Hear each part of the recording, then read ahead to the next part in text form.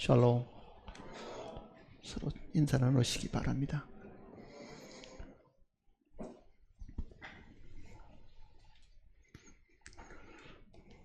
창세기 4장을 보시겠습니다.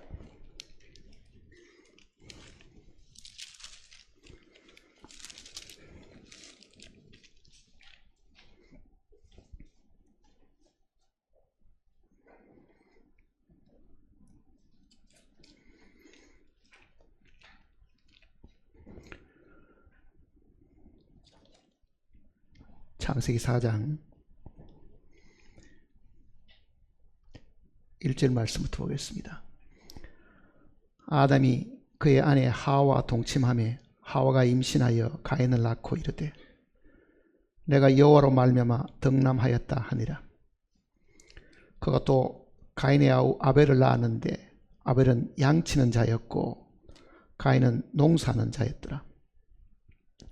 세월이 지난 후에 가인은 땅의 소산으로 제물을 삼아 여호와께 드렸고 아벨은 자기도 양의 첫 새끼와 그 기름으로 드렸더니 여호와께서 아벨과 그의 제물은 받으셨으나 가인과 그의 제물은 받지 아니하신지라. 가인이 몹시 분하여 안색이 변하니 여호와께서 가인에게 이르시되 내가 분하여 하면 어찌 됨이며 안색이 변하면 어찌 됨이냐. 내가 선을 행하면 어찌 낯을 들지 못하겠느냐. 선을 행하지 아니하면 죄가 문에 엎드리느니라. 죄가 너를 원하나 너는 죄를 다스릴지니라. 가인이 그의 아우 아벨에게 말하고 그들이 덜에 있을 때에 가인이 그의 아우 아벨을 쳐 죽이니라. 여호와께서 가인에게 이르시되 내 아우 아벨이 어디 있느냐. 그가 이르되 내가 알지 못하나이다. 내가 내 아우를 지키는 자니까. 이르시되 내가 무엇을 하였느냐. 내 아우의 피소리가 땅에서부터 내게 호소하느니라. 땅이 그 입을 벌려 내 손에서부터 내 아우의 피를 받았은즉 내가 땅에서 저주를 받으리니 내가 밭을 갈아도 땅이 다시는 그 효력을 내게 주지 아니할 것이요 너는 땅에서 피하여 유리하는 자가 되리라. 가인이 여호와께 아뢰되 내 주의 벌이 지기가 너무 무거우니이다. 주께서 오늘 이 지면에서 나를 쫓아내시온즉 내가 주의 낯을 배웁지 못하리니 내가 땅에서 피하며 유리하는 자가 될지라. 물은 나를 만나는 자마다 나를 죽이겠나이다. 여호와께서 그에게 이르시되 그렇지 아니하다. 가인을 죽이는 자는 벌을 7배나 받으리라 하시고 가인에게 표를 주사 그를 만나는 모든 사람에게서 죽임을 면하게 하시니라. 가인이 여호와 앞을 떠나서 에덴 동쪽 노 땅에 거주하더니 아내와 동침함에 그가 임신하여 에녹을 낳은지라. 가인이 성을 쌓고 그의 아들의 성을 이름하여 에녹이라 하니라. 에녹이 이랏을 낳고 이랏은 무야엘을 낳고 무야엘은 무드사엘을 낳고 무드사엘은 라멕을 낳았더라. 라멕이 두 아내를 맞이하였으니 하나의 이름은 아다요 하나의 이름은 실라였더라. 아다는 야발을 낳았으니 그는 장막에 거주하며 가축을 치는 자의 조상이 되었고 그의 아우의 이름은 유발이니 그는 수금과 퉁소를 잡는 모든 자의 조상이 되었으며 실라는 두발가인을 낳았으니 그는 구리와 쇠로 여러 가지 기구를 만드는 자요 두발가인의 누이는 나아마였더라. 라멕이 아내들에게 이르되 아다와 실라여 내 목소리를 들으라. 라멕의 아내들이여 내 말을 들으라. 나의 상처로 말미암아 내가 사람을 죽였고 나의 상함으로 말미암아 소년을 죽였도다. 가인을 위하여는 벌이 7배일진데 라멕을 위하여는 벌이 77배리로다 하였더라. 잠시 기도하십시다.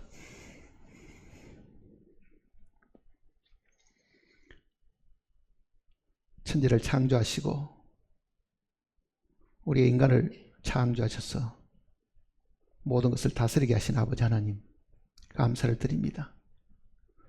하나님께서 우리를 지으신 것뿐만 아니라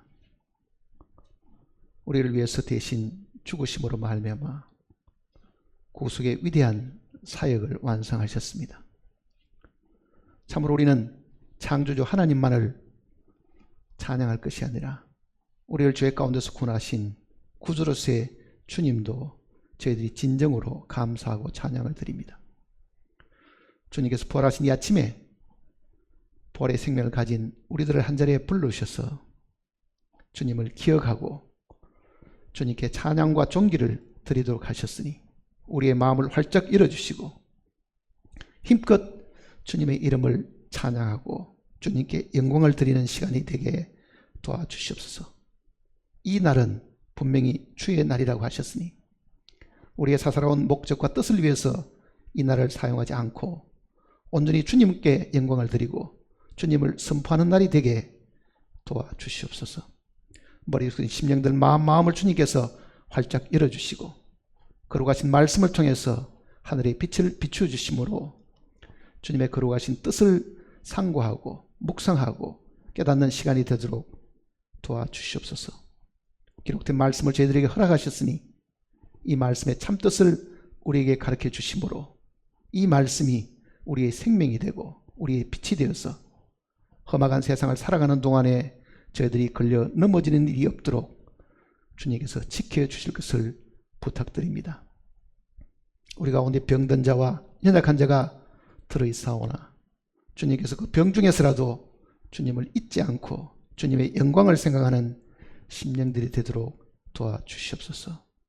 우리를 죄악 가운데서 구원하시고 지금도 하늘 성소에서 우리 연약함을 대신 강구하시는 주 예수님의 거룩하신 이름으로 간절히 기도드립니다. 유대인들은 안식일날 모이면은 특별히 설교를 하지 않고요, 하나님의 말씀을 펴놓고 읽습니다. 사실은 굳이 이 말씀의 뜻이 이렇다 저렇다 해석할 필요가 없는 것은 이 말씀 자체가 하나님이 직접 우리에게 들려주시는 말씀이라고 생각하면은 해석이 필요하지 않고 잘 들어도 이 말씀의 무슨 뜻인지를 사실은 알 수가 있습니다. 근데 이상하게 우리는 이런 생각을 가지고 있습니다. 성경은 내가 읽어서 모르니 누군가는 설명을 해줘야 된다. 물론 어떤 부분은 먼저 아는 분들이 설명해 주는 게 도움이 될 수는 있겠지만요, 우리가 그런 마음을 가지고 살면 평생 가도 성경을 깨닫기가 사실은 힘들 겁니다. 잘 모르면은 하나님 앞에 이 부분을 내어놓고 기도하는 것도 반드시 필요합니다. 그러나 대부분의 경우는 특별한 해석이 없어도 알 수 있는 부분들이 많은데 우리가 게으르고 깊이 이 부분을 생각해 보려고 하지 않다 보면은 누군가의 도움이 반드시 필요하다고 사실은 생각하기 때문입니다.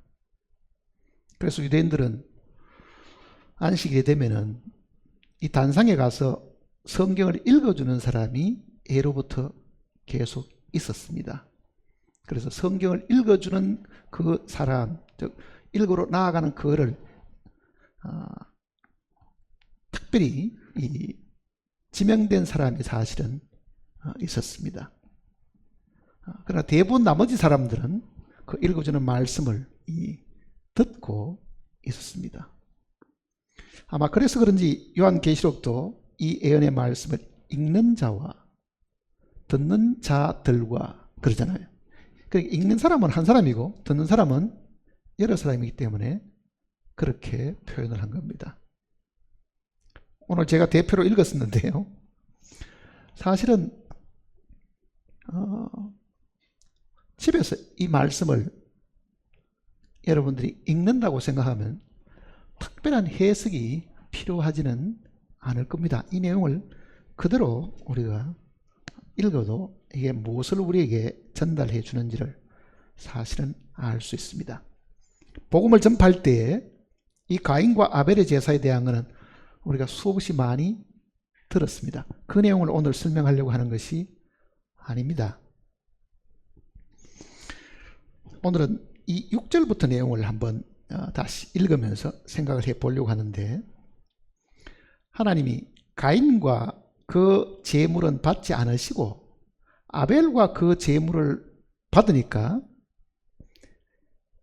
하나님께 배척을 당한 이 가인이 마음에 분이 가득 찼습니다.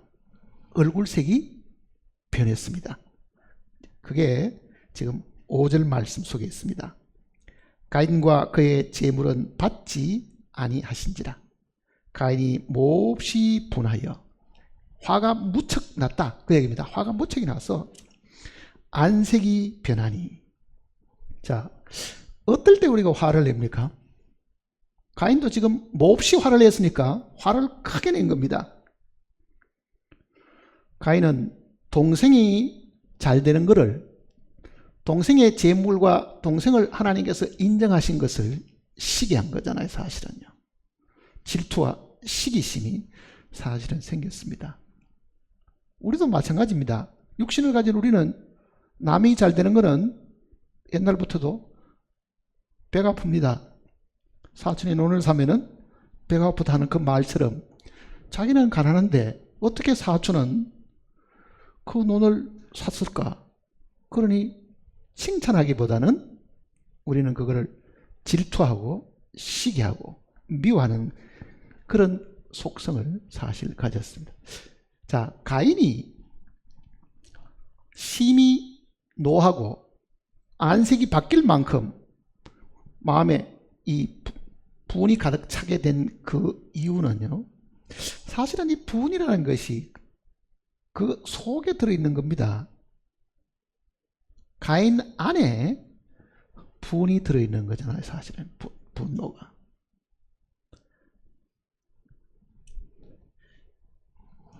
우리는 화산이 폭발하는 것을 직접 가까이서 보지는 않았지만요, 영상을 통해서나 혹은 가끔은 뭐 하와이 같은 데 가면은 화산 폭발했던 그 흔적을 이렇게 볼 수가 있습니다. 화산이라는 것은 땅 속에 불이 들어 있잖아요. 불. 이 마그마라는 이 속에 이글이글 끓는 이 불이 들어 있는데 보통 한 6,000도, 한 7,000도 화산이 그 정도 뜨겁습니다. 6, 7,000도 정도 된다 그러니까. 그렇게 뜨거운 이 불덩어리가 이 속에 들어있는 거죠. 그러니까 이 속에 있는 거는 다 녹아가지고 이 불이 되어 있다가 지진이 일어나거나 지각에 이 충돌이 생기면은요, 균열이 생기죠. 그 균열을 타고 올라와서 폭발합니다. 그게 결국은 산이 돼가지고 여기에 지금 화산이 이렇게 폭발하는 거죠. 그러니까 실제 이 부호는 안에 있고 그거를 자극하는 거는 밖에 있는 거잖아요. 지진과 지각 변동으로 인해 가지고 안에 나는데, 사실은 이 분노, 이 화라는 것도 결국은 분이니까 불이라는 거잖아요. 화라는 말은 불이라는 뜻인데, 화를 낸다는 건 안에 불이 있다는 뜻이잖아요. 불이 밖으로 나온다는 의미인데, 가인이 그런 사람이면은 아벨은 어떤 사람이겠어요? 사실은 아벨도 똑같은 사람입니다. 아벨 안에도 분명히 이 화나 분노가 사실은 다 있었습니다. 6장을 한번 보시면요. 창세기 6장.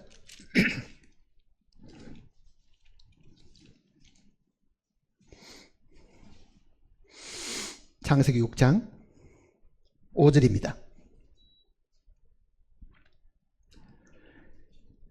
여호와께서 사람의 죄악이 세상에 가득함과 그의 마음으로 생각하는 모든 계획이 항상 악할 뿐임을 보시고, 항상 악할 뿐임을 보시고. 자, 사람의 죄악이 세상에 가득한 것뿐만 아니라 그 세상에 가득한 죄악은 본래 어디 있었다는 이야기입니까?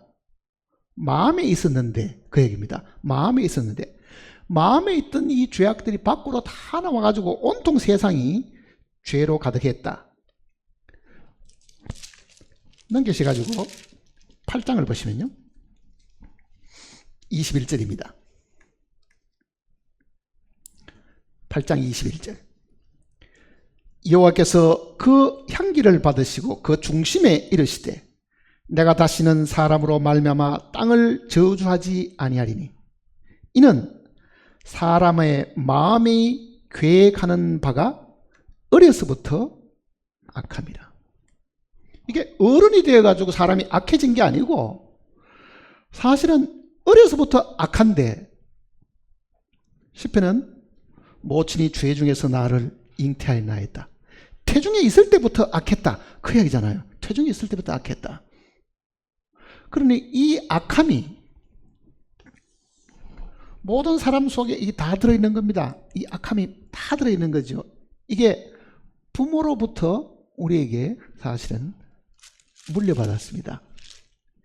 그 내용을 창세기 내용들도 설명을 하고 있습니다. 창세기 5장을 한번 보세요.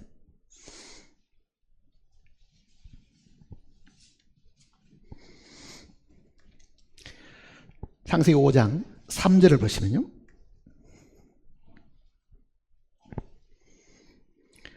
아담은 130세에 자기 모양 곧 자기 형상과 같은 아들을 낳아.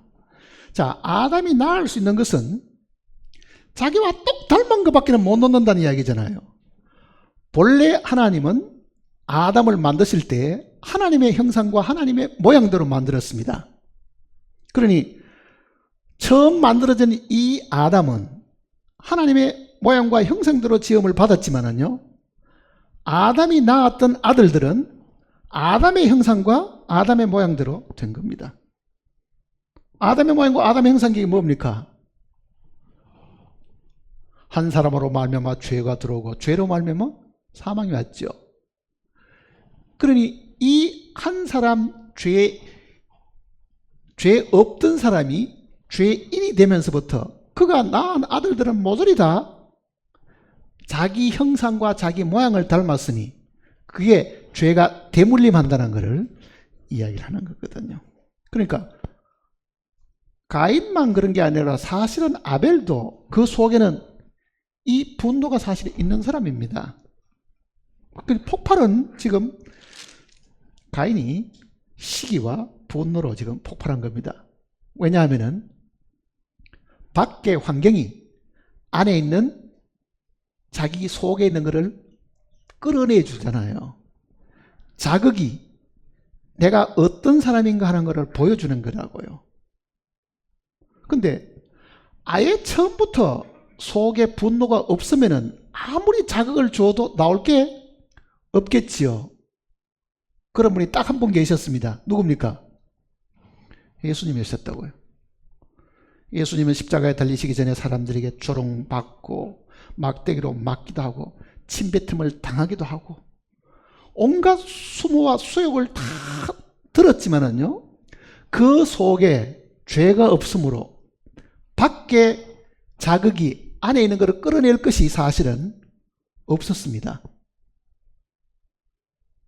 예수님밖에 그런 분이 사실 없잖아요. 그러니까 모든 인간은 어려서부터 악하고 마음에 어려서부터 계획하는 것이 다 죄뿐인데 그거를 지금 이야기를 하는 겁니다. 이 내용을 이제 읽어보시면 이제 그 다음 하나님이 하시는 말씀을 이해할 수 있습니다. 다시 창세기 4장을 보시면요,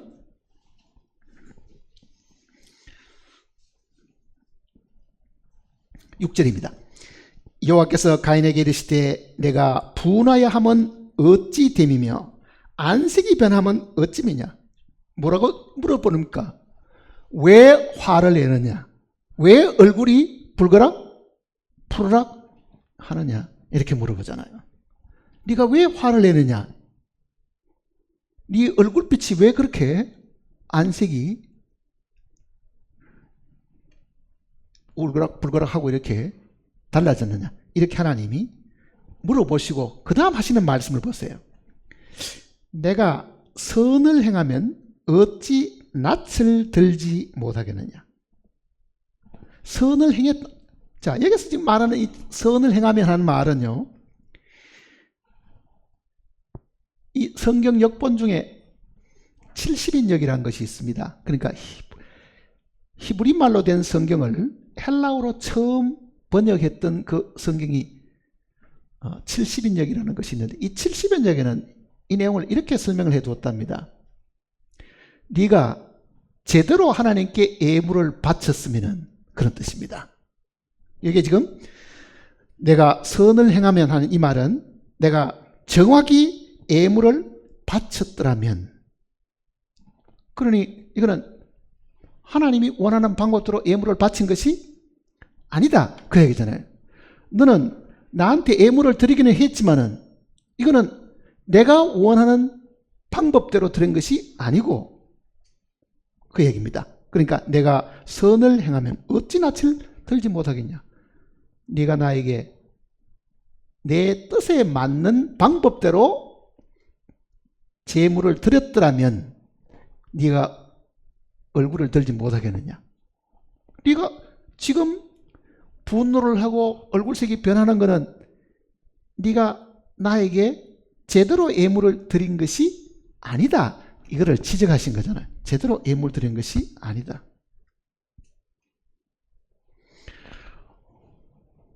가인의 제물과 아벨의 제물은 우리가 익히 잘 압니다.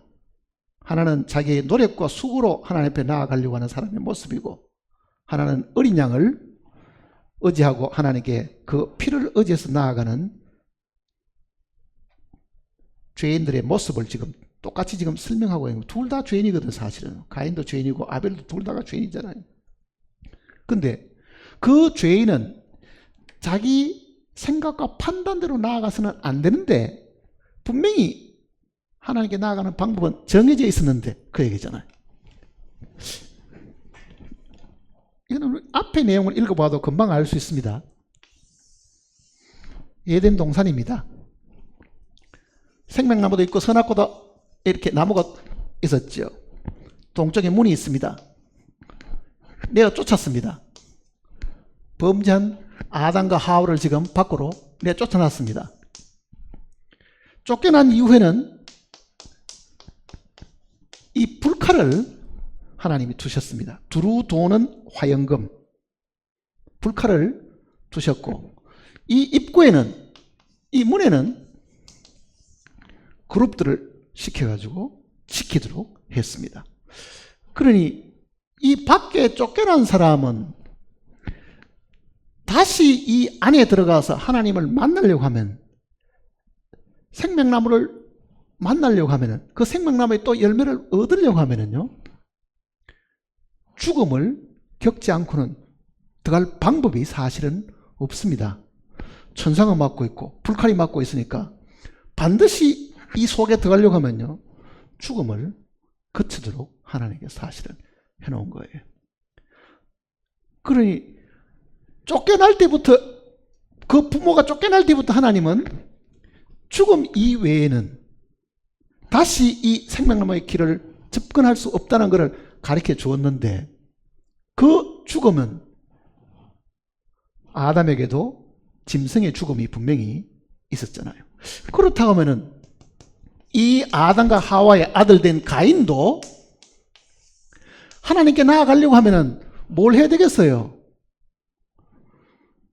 죽음이 있어야 되잖아요. 근데 그거를 아벨은 기억하고 있다가 하나님이 정하신 방법대로 하나님께 예물을 드렸지만은, 이 가인은 그러지 않고 자기 생각과 자기 판단과 자기 뜻대로 하나님께 드렸기 때문에, 그거를 성경은 여기 지금 기록된 대로 내가 선을 행하면, 즉 내가 정확히 하나님께 예물을 드렸더라면, 이렇게 표현을 한 겁니다. 네가 만일 하나님께 정확히 예물을 드렸다면 어찌 낯을 들지 못하겠느냐.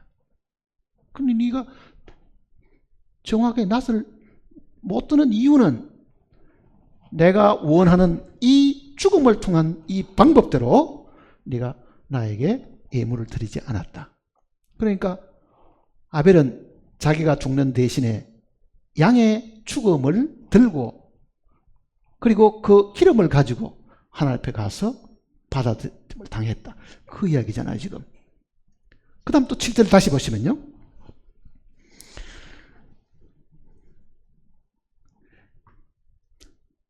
내가 선을 행하면 어찌 낯을 들지 못하겠느냐. 선을 행하지 아니하면 죄가 문에 엎드려 있느니라. 네가 만일 하나님이 세우신 그 뜻대로 만일 제물을 드리지 않는다고 하면은 뭐가 있다 그럽니까? 죄라는 단어가 성경에 제일 처음에 나오는 단어가 바로 이 단어입니다. 지금 여기입니다. 죄라는 단어가 창세기에 지금 처음 나왔는데 이 창세기에 나오는 이 단어는 성경 전체에서 처음 나오는 단어입니다. 죄가 문에 엎드려 있느니라. 자, 이 내용을 우리가 생각을 해봐야 됩니다. 내가 하나님의 법칙대로 하나님 앞에 나아가지 않고 죽음을 통해서, 어린 양의 죽음을 통해서 하나님께 나아가지 않고 이 법칙대로 하지 않으면 뭐가 기다린다고요? 죄가 문에 웅크리고 있다, 그 뜻입니다. 죄가 문에 웅크리고 있다, 문에 엎드려 있느니라 이러잖아요. 죄가 문에 웅크리고 딱 이렇게 버티고 눈치를 보고 지금 있다, 그 이야기입니다. 자, 이거를 지금 우리가 잘 생각해 봐야 됩니다. 만일 우리가 예수 그리스도, 즉 하나님의 어린 양을 의지해서 하나님께 나아가지 않으면 이 죄가 웅크리고 있다가 나를 집어 삼키는데, 이 죄가 사탄입니다. 사실은 마귀를 두고 하는 이야기입니다. 성경은 죄하는 이 단어를 마귀와 동일시 했습니다. 왜? 이 마귀가 거짓말의 압이고 죄의 시작이거든요. 로마서를 보십니다.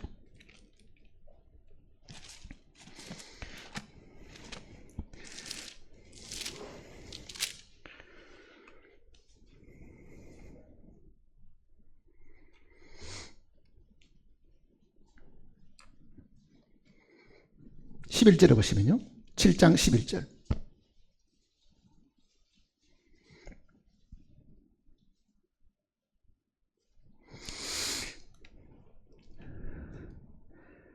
(7장 11절) 죄가 꾀를 타서 계명으로 말미암아 나를 속이고. 자, 죄가 만일 이게 인격이 없는 것이라고 하면은 사람을 어떻게 속이겠어요? 그러니 로마서는 이 죄를 사탄으로 동일시 사실 해준 겁니다. 그러니까 우리가 죄 짓는 거는 반드시 그 뒤에 마귀가 있어서 우리의 육신의 욕심을 이용하고 육신을 자극하고 하는 그런 일이 있는데, 이 죄가 웅크리고 있다 이렇게 이야기하지. 웅크리고 있다, 뭐 하는 겁니까? 집어삼키려고 기회를 보고 있는 겁니다. 이거를 사도 베드로도 이렇게 표현을 했습니다. 베드로전서 한번 보세요. 베드로전서 5장입니다.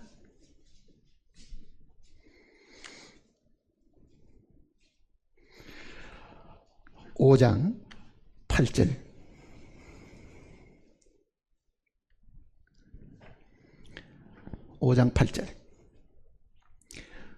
근신하라, 깨어라. 너희 대적 마귀가 우는 사자같이 두루 다니며 삼킬 자를 찾나니 너희는 믿음을 굳게 하여 그를 대적하라. 자, 창세기는 이 죄가, 즉 사탄이 문에 웅크리고 있다, 우리를 집어삼키려고 딱 이렇게 문에 웅크리고 있다가 그렇게 표현을 했거든요.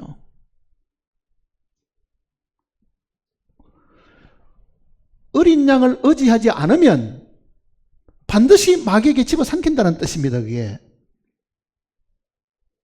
그러니 가인은 어린 양을 의지하지 않았습니다. 자기를 의지한 거죠. 마귀에게 집어삼킨 겁니다. 마귀가 주는 충동에 의해 가지고 분노가 일어나고 시기심으로 인해 가지고 동생을 죽이잖아요. 사실은요. 하나님이 하시는 이 말씀을 잘 기억해야 됩니다. 중립지대라는 건 없습니다.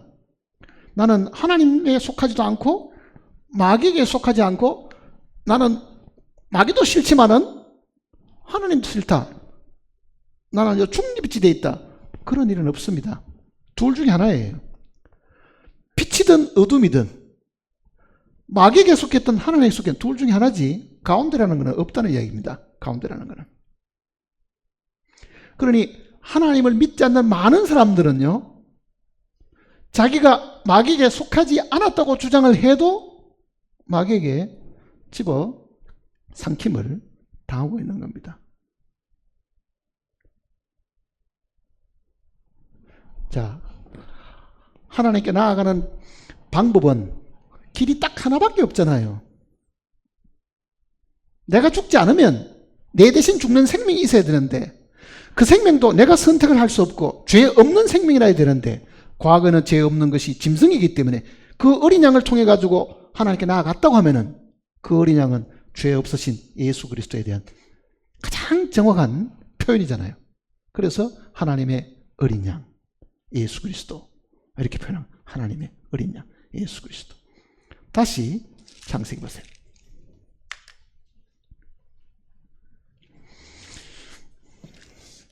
7절을 다시 보시면 4장 7절. 내가 선을 행하면 어찌 낯을 들지 못하겠냐. 선을 행하지 아니하면 죄가 문에 엎드려 있느니라. 마귀가 웅크리고 우리를 집어삼키려고 지금 기다리고 있다. 그런 뜻입니다. 죄가 너를 원하나 너는 죄를 다스릴지니라. 이 말은 베드로전서 하는 말이 뭡니까? 마귀를 대적하라. 그리하면 너희를 피하리라. 그러잖아요. 우리는 마귀를 맞서야 되는데 대적하지 않고 마귀가 주는 쾌락과 마귀가 주는 속임에 동조를 합니다. 왜 그렇습니까? 마귀가 우리에게 주는 죄의 이 고통이 사실은 달콤한 것이 있기 때문에 사실 그렇습니다. 죄가 주는 쾌락이 있기 때문에 쉽게 죄를 못 버리는 거예요. 몰래 먹는 떡이 맛있다는 식으로 훔쳐먹는 게 더 즐겁고 속이는 것이 더 즐겁고 뺏어오는 것이 더 마음에 즐겁다고 생각하는 사람이 많기 때문에요. 그는 죄를 버리는 것이 아니라 죄를 혀 밑에 감추어 두고 그 죄가 주는 쾌락을 조금씩 누리고 사는 사람입니다. 그 사람은 마귀를 대적하는 사람이 아니라고요. 마귀편이라고 그는 사실은요. 마귀편. 근데 분명히 너는 죄를 다스릴지니라. 죄가 너를 원하나. 그 말은 뭡니까? 마귀가 너를 집어삼키려고 하니까 너는 어떻게 하라고요? 그 마귀를 대적해라. 다스리라.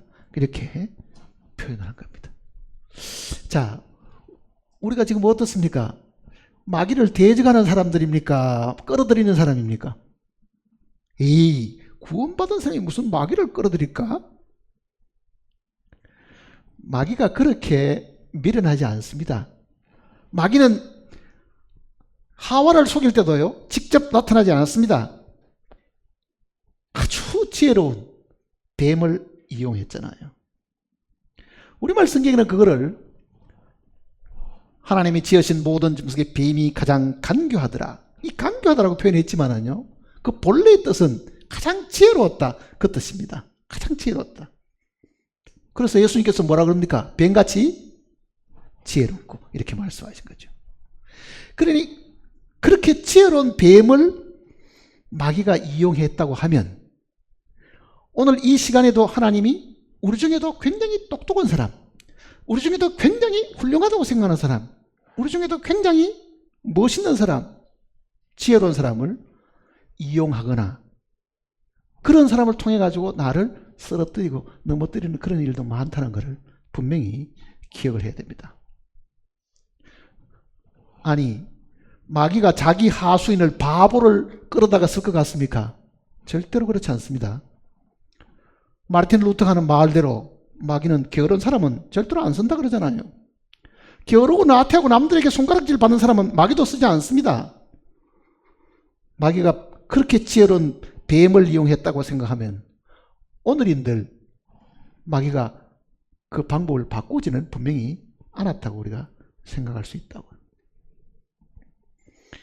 자, 8절을 다시 보시면 이제 가인이 그의 아우 아벨에게 말하여 그들이 들에 있을 때 가인이 그의 아우 아벨을 쳐 죽이더라. 하나님 말씀을 들었습니까? 안 들었습니까? 그건 무시해버리고 분노가 그 다음에는 이 분이 마음에 있는 이 분이 뭐로 나타났습니까? 죽여야 되겠다. 이렇게 된 거지. 죽여야 되겠다. 그러니까 이 들끓는 이 분노가 죄인데 사실은요. 이 죄의 표현의 방법이 분노로 나타나지만 그 분노가 미움이고 미움이 곧 살인이 되는 겁니다. 사실은 미워하는 것 때문에.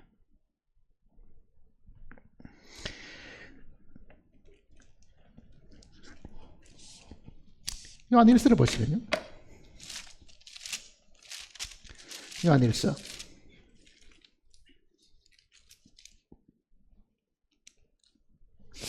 3장을 보시면요.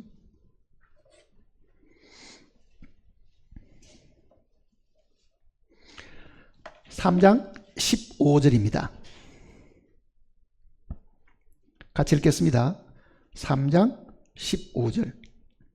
그 형제를 미워하는 자마다 살인하는 자니 살인하는 자마다 영생이 그 속에.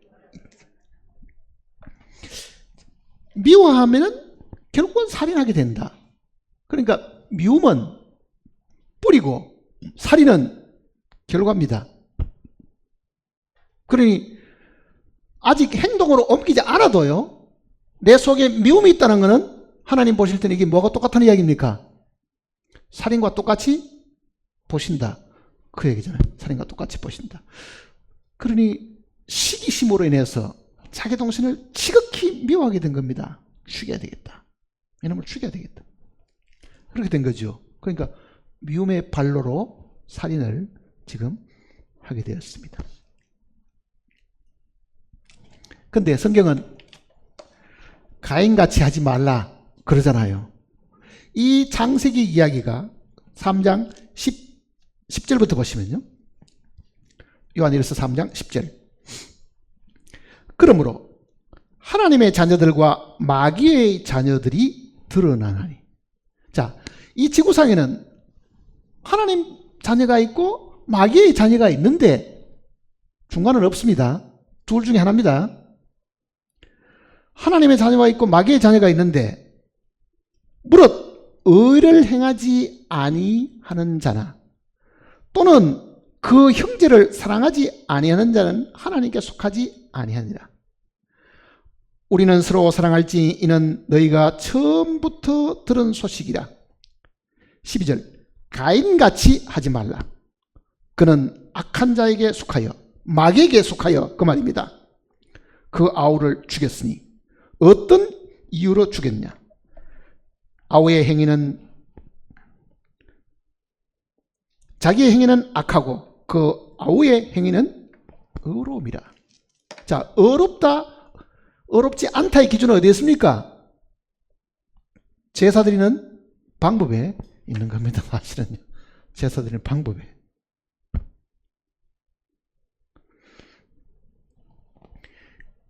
이 양대 이 세력이 처음에는 가인과 아벨로부터 쭉 이렇게 내려왔는데요.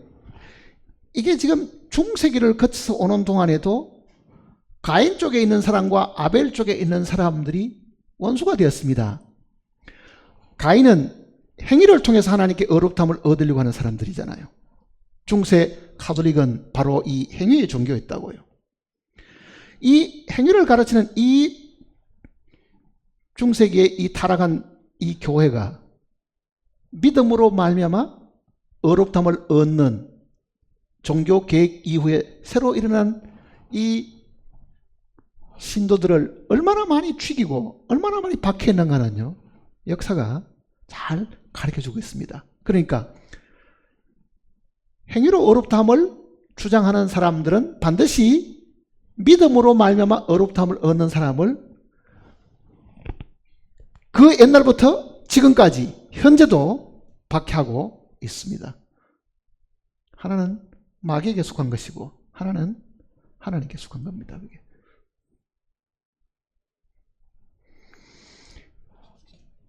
구절을 보시면요. 창세기 4장 9절.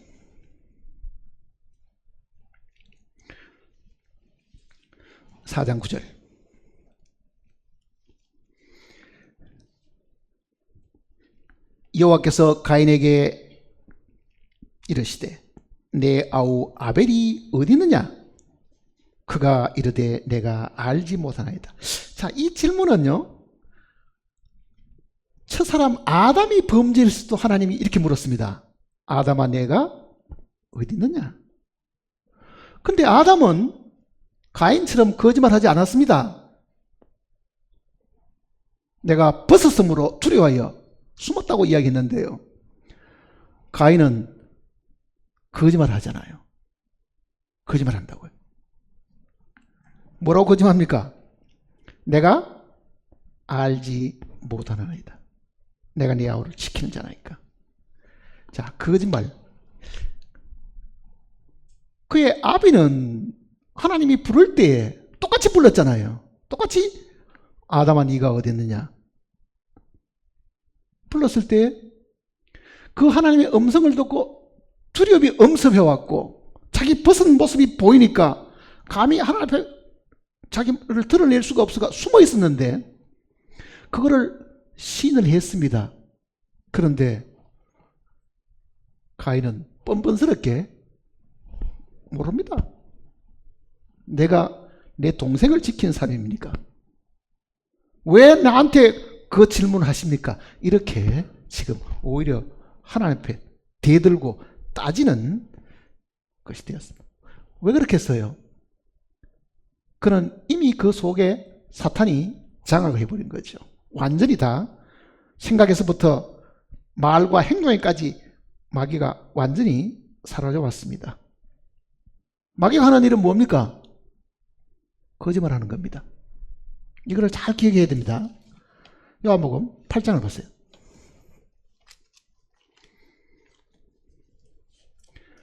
요한복음 8장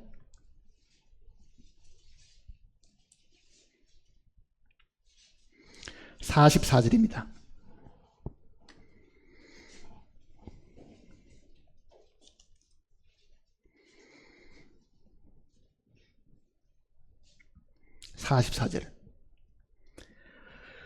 너희는 너희 아비 마귀에게서 났으니 너희 아비의 욕심대로 너희도 행하고자 하느니라. 그는 처음부터 살인자요 진리가 그 속에 없으므로 진리에 서지 못하고 거짓을 말할 때마다 제 것으로 말하나니 이는 그가 거짓말쟁이요 거짓의 아비가 되었습니다. 자, 예수님이 이 사탄을 두고요 살인자요 그럽니다. 살인자요 거짓의 아비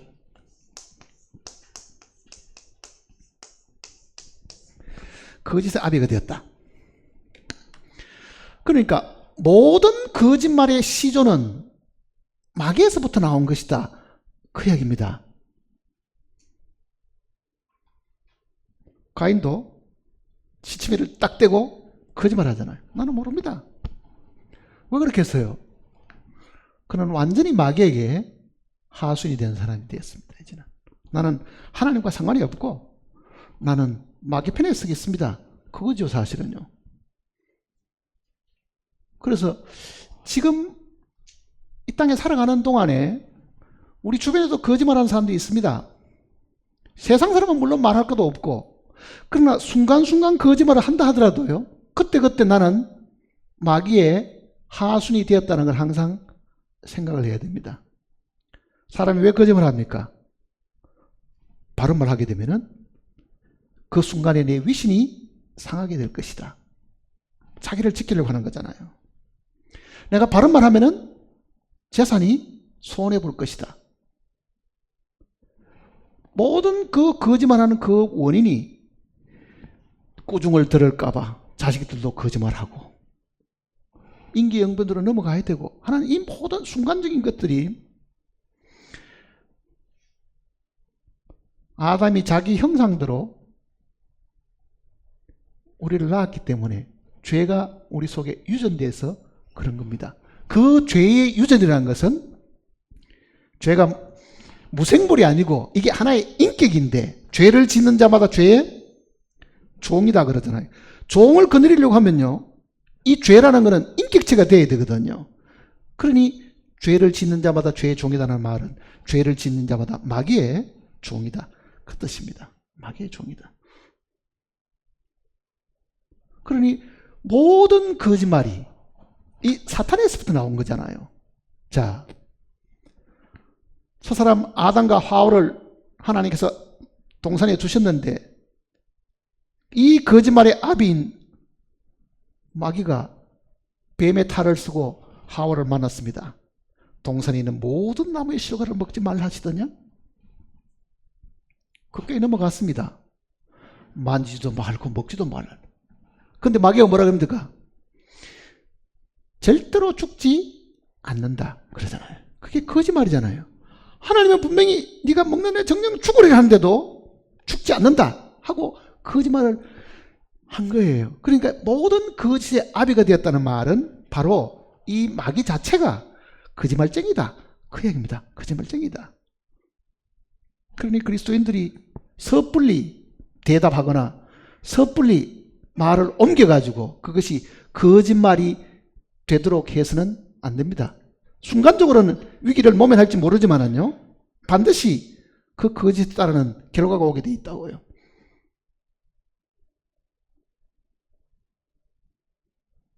죄를 짓는 자마다 죄의 종이니까 거짓말하는 자마다 다 거짓의 압에게 속했음을 이야기하는, 증명해 주는 것밖에는 되지가 않는다 그 말이잖아요. 다시 창세기를 보시면요,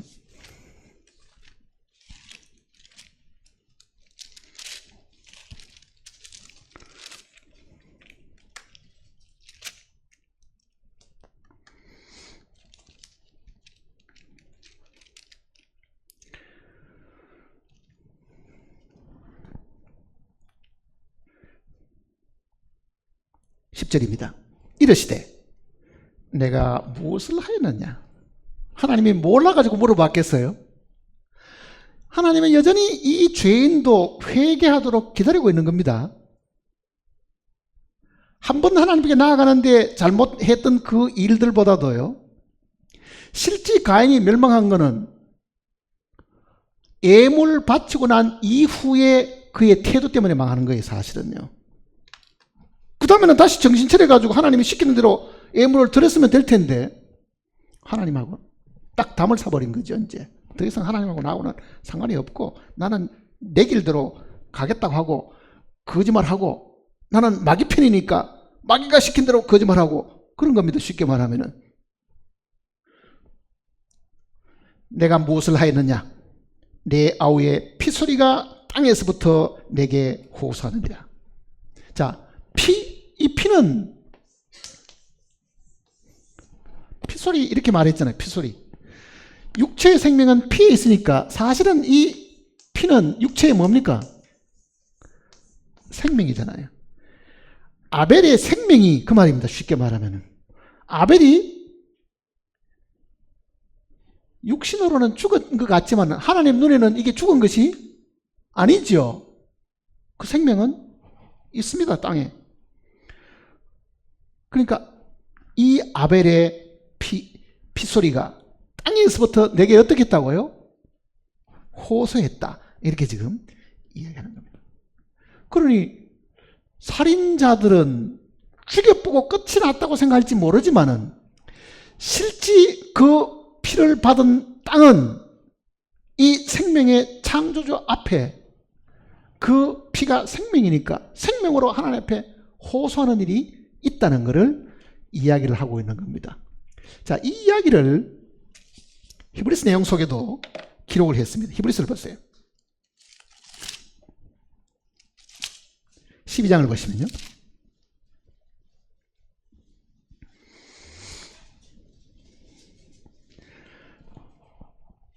히브리서 12장 24절입니다.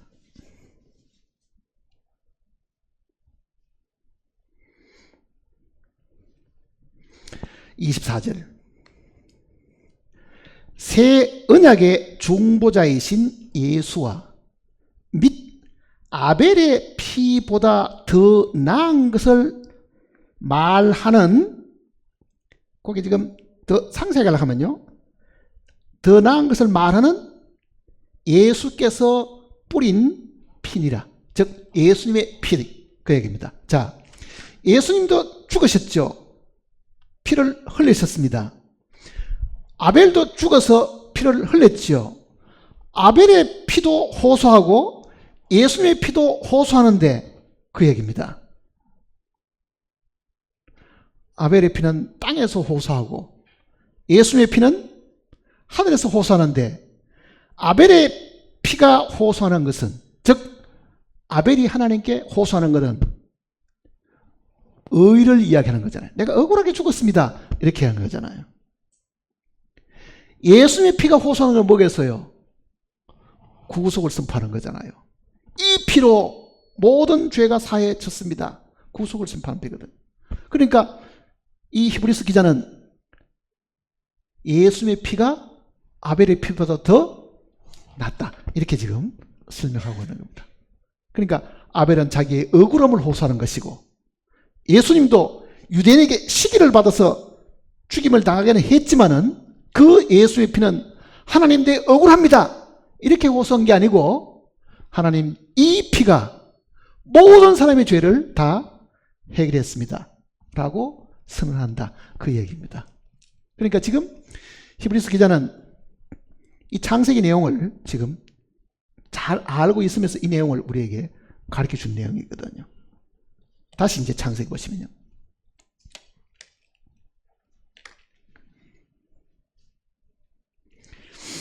11절입니다. 11절.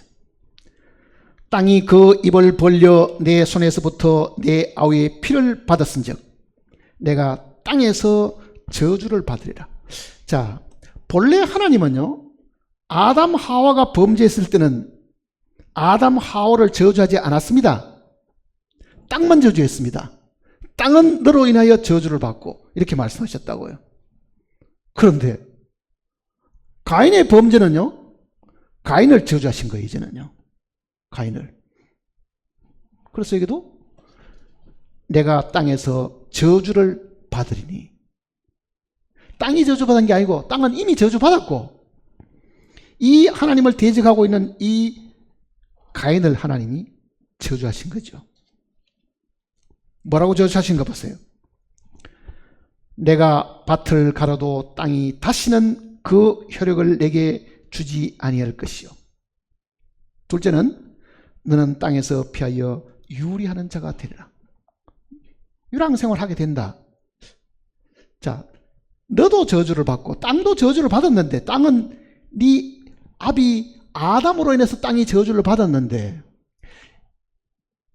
이제는 너도 저주를 받으라, 이렇게 이야기하시고, 그 다음에 너는 유리하는 자, 사람들이 자기를 죽일까 두려워가지고 피하여 도망하고, 피한다는 말 도망 다니면서 유리하는 자가 되리라. 이게 하나님이 가인에게 내리신 저주입니다.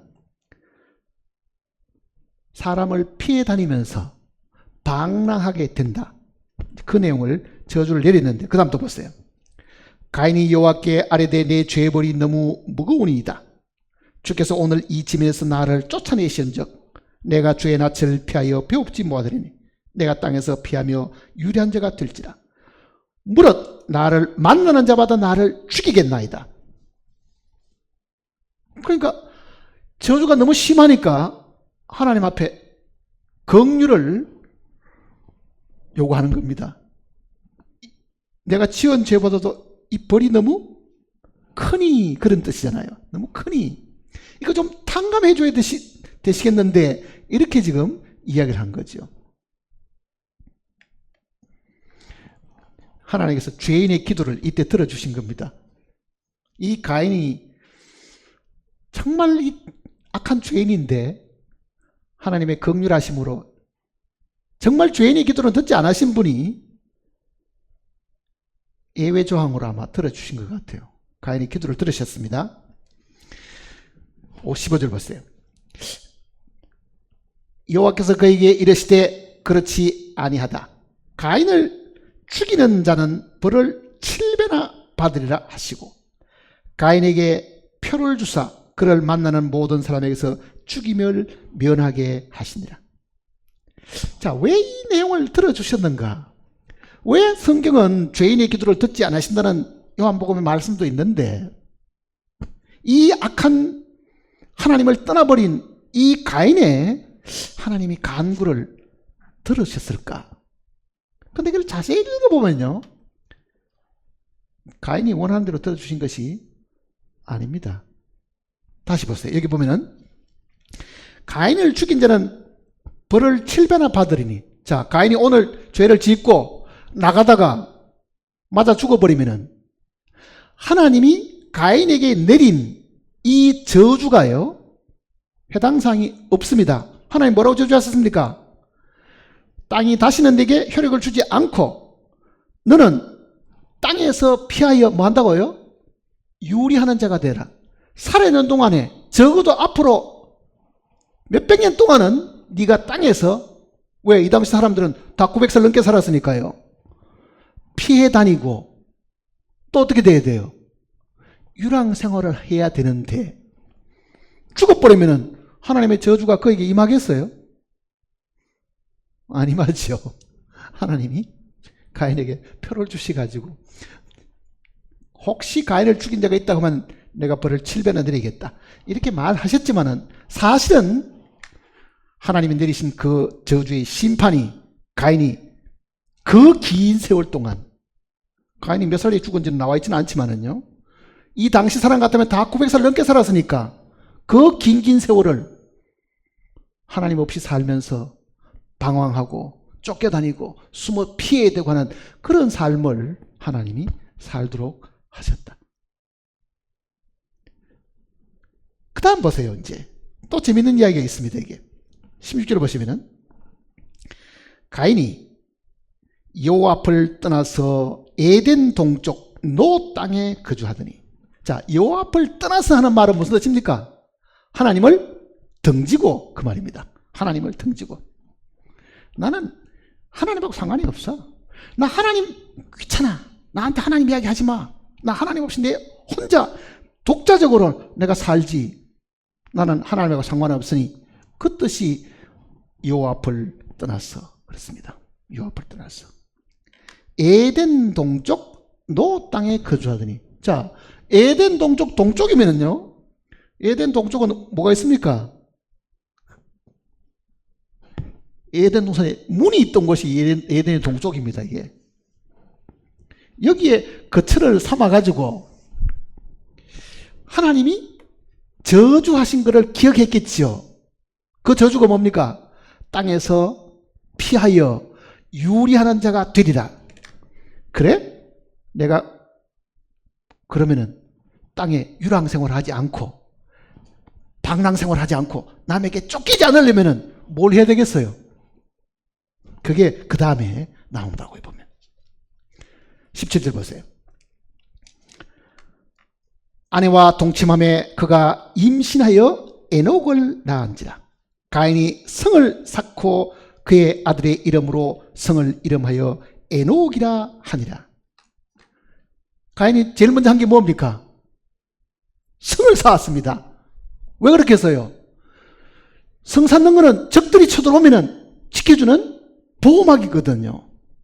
그러니 분명히 하나님이 나를 이 세상에서 쫓기게 만들고 유랑생활 하도록 한다고 하니 이 하나님의 저주를 내가 안 받으려고 하면은 안 돌아다니고 뭐 해야 되겠어요?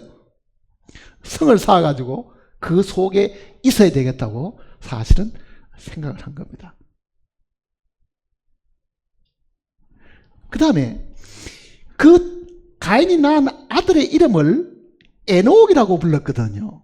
이 에녹이라는 뜻이 무슨 뜻이냐면은 창시하다, 시작한다는 뜻입니다. 그게 무슨 말이겠어요? 이제부터 하나님 없이 내 시대를 내가 열어가겠다, 그 뜻입니다. 그래서 그 성의 이름도 새로운 시작, 새로운 창시, 그게 에녹이라는 뜻입니다. 에녹.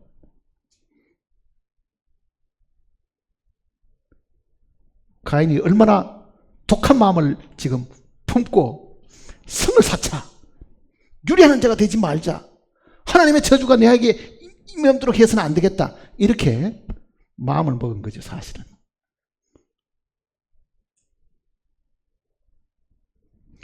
그 가인의 후예들이 오늘 지금까지도 이 세상에 있습니다. 뭘 합니까? 망하지 않으려면 내 거처를 튼튼하게 하고 제물로 이거를 성을 쌓아 올려 가지고 나는 그 속에서 어떤 멸망이 있더라도 망하지 않고, 이게 가인의 후회된 사람들이 지금도 그 생각하고 있습니다.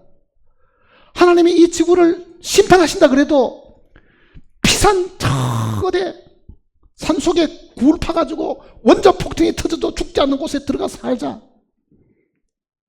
그런 사람도 있고요. 자기 나름대로 성을 다 쌓고 있는 거예요. 집도 크게 짓고 튼튼하게 하고 호위병들도 많이 거느리고 지키는 사람도 많이 있고, 하나님이 그의 보호자가 되는 게 아니라 그의 재산과 그의 집과 그가 가진 모든 것들, 그가 거느리는 사람들을 이 성으로 생각하고 살아가는 것이 지금 가인의 후예들이 하고 있는 것입니다. 가인도 똑같이 그렇게 한 거예요, 사실은요. 그러니 지금 이 사람들은 지금 오늘 가인처럼 성을 쌓고 그 안에서 안전하게 살려고 하는 그 생각은요, 가인의 이 아이디어가 지금도 사람 속에 흘러내리기 때문에 그렇습니다. 성을 쌓는다 그러면 실제 하나님 앞에 믿음으로 살았던 사람은 성사한 사람이 있는가? 없습니다. 보세요. 히브리서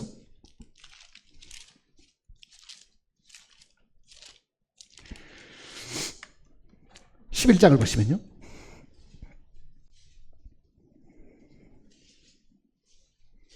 히브리서 11장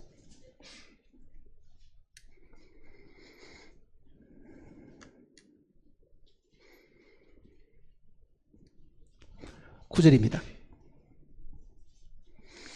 8절부터 보십시다. 11장 8절.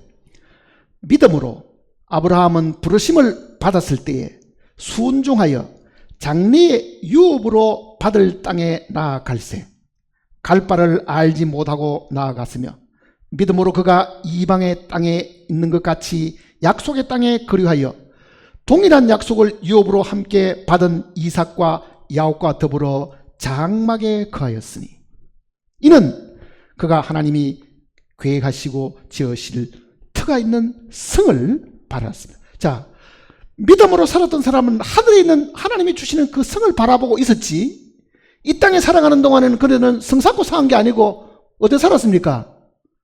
장막에 살았다. 텐트에 살았다는 뜻이잖아요. 텐트에. 그런데 성 사는 사람은 뭐 하느냐? 자기 노력, 자기 수고, 자기 열심, 그걸로 이룩한 재물, 그걸로 이룩한 기술, 그걸로 이룩한 지식, 이거를 최대한 동원해가지고 그 성을 쌓아가지고 그 안에서 오래오래 안 죽고 안 아프고 굶주리지 않고 이거를 기획하고 성을 계속 쌓고 산다. 근데 이 땅이 정말 잠시 있다가 지나가는 것인 줄 아는 사람이면은 땅에다가 그렇게 견고한 성을 쌓을 이유가 없지요. 왜? 불로 다 탈 것인데 그게. 그런데 가인은 그러지 않았습니다. 오늘도 가인의 후예들이 이 땅에서 똑같은 짓을 하고 사는 거예요. 다시 창세기를 보세요.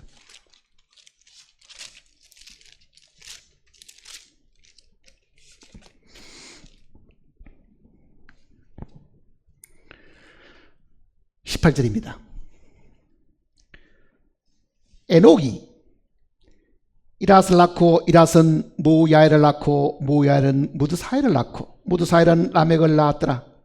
라멕이 두 아내를 맞았으니, 여기서 지금 일부 자체가 시작되는 겁니다. 가인의 후예들에게서부터 일부 자체가 나온 거예요. 가인의 후예들은 왜 그렇게 했어요? 세상에 낙이 없으니 처첩들을 많이 거들어야 되겠다고 생각한 거죠, 사실은요. 일부 자체의 시작이 여기서부터 이제 시작하는 겁니다.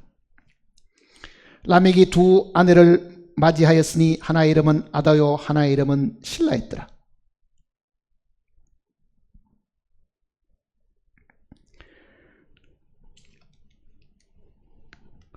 아다라는 말도 이거는 꾸민다라는 뜻을 가지고 있습니다. 꾸미다.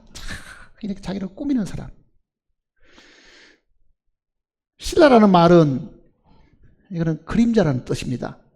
그래 봐야 그게 지나가는 것인데, 그림자가 없어지는 건데, 어쨌든 꾸미고 아름답게 꾸미보려고 하고, 그게 눈의 즐거움, 안목의 정욕 때문에 그런 거잖아요. 꾸미는 일들이.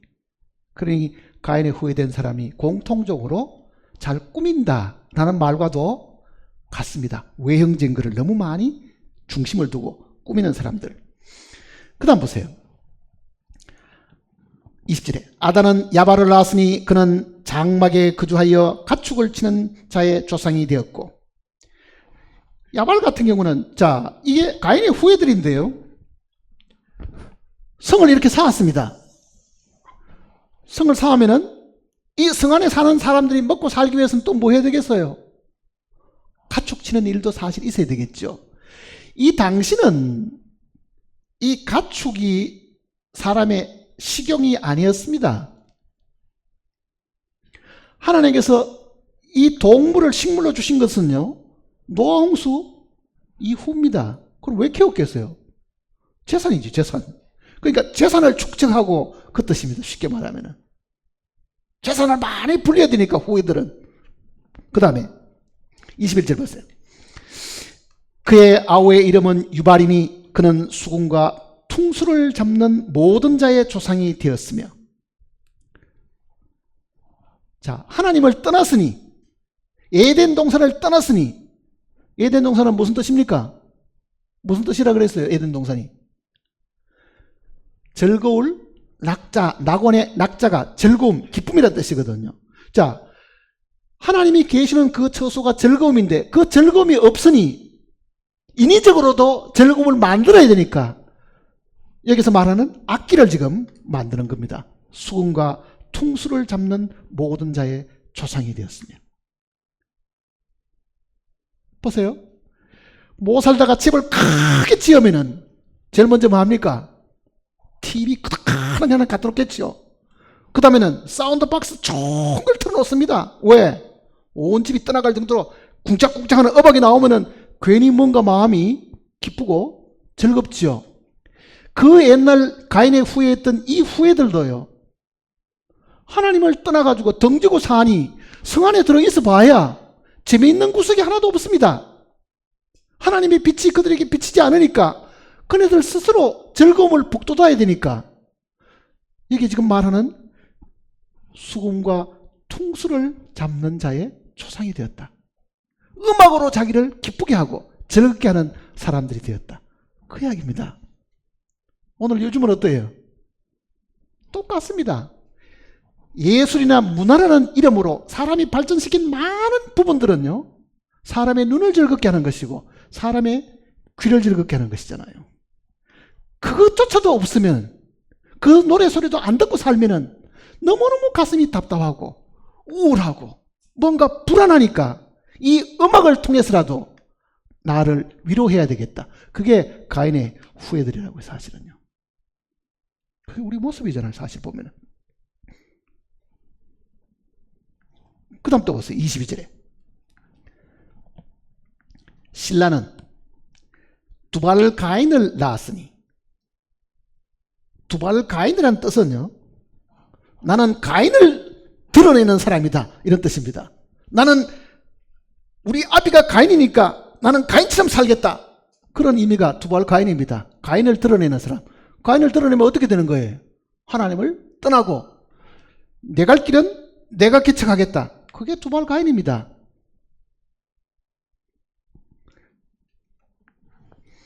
신라는 두발 가인을 낳았으니 그는 구리와 쇠로 여러 가지 기구를 만드는 자요. 자, 여러 가지 동철로 가지고 기구를 만들면 뭘 만드는 것 같아요? 무기 만드는 겁니다, 결국은요. 왜 그렇겠어요? 자, 분명히 하나님은 이 가인에게 네가 땅에서 유리하는 자가 되고 그러잖아요. 유리한 자가 되고. 그러면은 남이 자기를 죽일지도 모른다고 하면은 내가 뭘 해야 돼요? 무장을 해야 되는 거죠. 무장을. 그러니 가인의 후예들은 자기를 지키기 위해 가지고 동철로 각종 기구를 만들어 가지고 무기를 만들어 가지고 자기가 보호하기 시작했다. 그 뜻입니다. 자, 한자 가운데 나라는 글자는 이렇게 씁니다. 나자지요. 근데 앞에 있는 요 글자는 무슨 자냐면은 손이란 뜻입니다. 손수자입니다. 뒤에 있는 요 글자는 뭡니까? 창이죠. 그러니 손에다가 창을 들고 있는 것이 나다. 그 뜻입니다. 다 가인의 후예잖아요, 지금. 내가 나를 지켜야 되는데 지키기 위해서는 내 손에는 반드시 무기가 있어야 된다. 누가 한자를 만들었는지는 모르지만은요, 성경의 영향을 받아 만든 게 분명합니다, 이거는요. 그러니 이네들도 구리와 쇠로 여러 가지 기구를 만들었다. 이렇게 지금 표현을 하죠. 그것뿐만 아니고 이렇게 말합니다. 23절 보세요. 라멕이 아내들에게 이르되 아다와 실라여 내 목소리를 들으라. 라멕의 아내들이여 내 말을 들으라. 나의 상처로 말미암아 내가 사람을 죽였고 나의 상함으로 말미암아 소년을 죽였도다. 가인을 위하여는 벌이 7배일진데 라멕을 위하여는 벌이 77배이로다.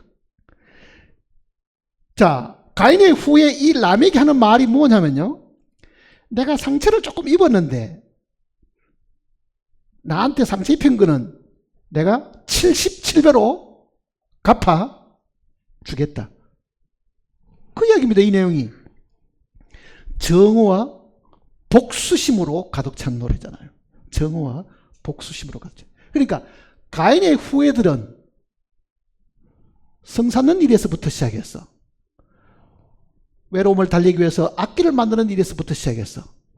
자기를 지키기 위해서 각종 무기를 만들고 뿐만 아니라 항상 적대적인 감정을 가지고 누가 나에게 피해를 주기만 하면은 우리 아비 가인이 만일 벌을 7배를 하나님이 주신다고 했다고 하면은 그거는 아무것도 아니고 나는 77배로 갚아주겠다. 그 마음속에 정의와 복수심으로 가득 찬 겁니다. 그게. 그것이 어쩌면은 우리가 구원받기 전에 우리의 모습입니다. 우리는 다행히 그 죽음에서, 그 사망에서 옮겨져 가지고 생명을 얻은 사람이기 때문에 그렇지, 아직도 하나님 편에 서 있지 않는 이 지구상의 많은 사람은 그 마음 속에 이 후예들이 하는 이 삶을 사실 그대로 살고 있고, 그 마음 속에 항상 정오와 시기와 미움과 질투와 이것이 가득하고, 누가 조금만 나에게 피해를 줘도 나는 이거를 눈 감아 보지 용서하지 못하고 2배, 3배로 내가 갚아줘야 되겠다. 그렇게 한다는 뜻입니다. 그렇게 한다는 뜻이에요.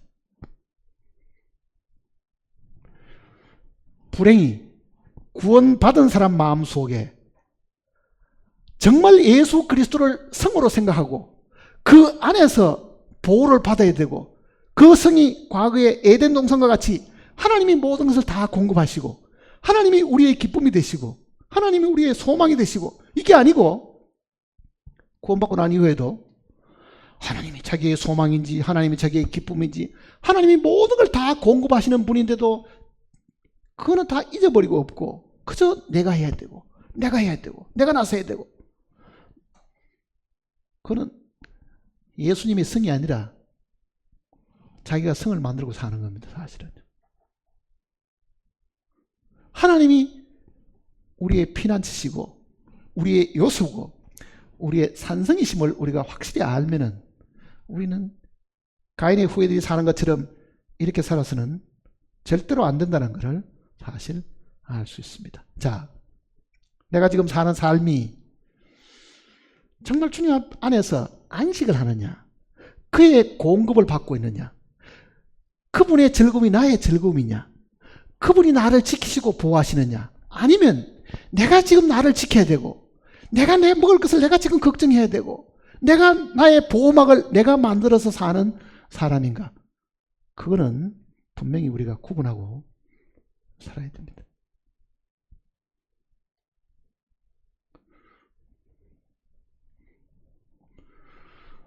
우리의 육체 속에는 여전히 이 더러운 피가 흐르고 있고 마귀가 우리를 사로잡고 있고 언제라도 웅크리고 집어삼키려고 하고 있습니다. 그래서 예수님의 기도 속에도 시험에 들지 말게 하옵시며 다만 악에서 우리를 구하옵소서. 그 악은 다만 악한 자에게서 우리를 구하옵소서. 그렇게 되어 있습니다. 다만 악한 자에게서 우리를 구하옵소서. 그게 마귀라고요 지금. 그걸 마음속에 깊이 생각하고 사셔야 됩니다. 참으로 내가 예수 그리스도를 믿고 주님 안에 있는 사람이면 주님이 우리의 성이시다. 가장 안전한 성이시다. 마르틴 루터가 불렀던 것처럼 내주는 강한 성이와 같듯이 그 성에 이미 우리가 들어와 사는데 내가 만든 성으로 내가 만든 무기로 내가 만든 음악을 가지고 나를 위로하고 지키고 즐기려고 해서는 안 된다는 것을 기억하셔야 됩니다. 기도하십시다.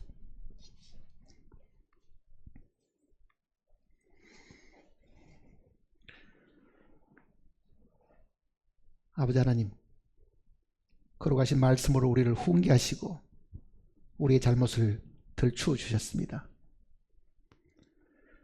다시 이 어리석음 속에 빠지지 않도록 우리를 지키시고 인도하시고 주님의 선하신 목적과 계획대로 우리를 주님께서 이용하시옵소서. 우리를 사용하셔서 주님의 뜻을 이루는 거룩한 백성이 되도록 도와주시옵소서. 우리 중에 어떤 사람도 가인의 후예와 같은 삶을 사는 사람이 없게 하시고 참으로 주 예수 그리스도를 우리의 안전한 성으로 삼고 그 안에서 안식을 누리고 주님이 주시는 기쁨과 즐거움을 항상 우리가 만끽하고 살도록 인도해 주시옵소서. 우리를 죄악 가운데서 구원하신 주님께서 지금도 우리를 지키시고 돌보시고 계시오며 주님의 즐거움이 우리의 즐거움이 된다는 것을 확실히 깨닫고 믿고 살아가는 저희들이 되게 도와주시옵소서. 주 예수님의 크신 이름으로 간절히 기도드립니다.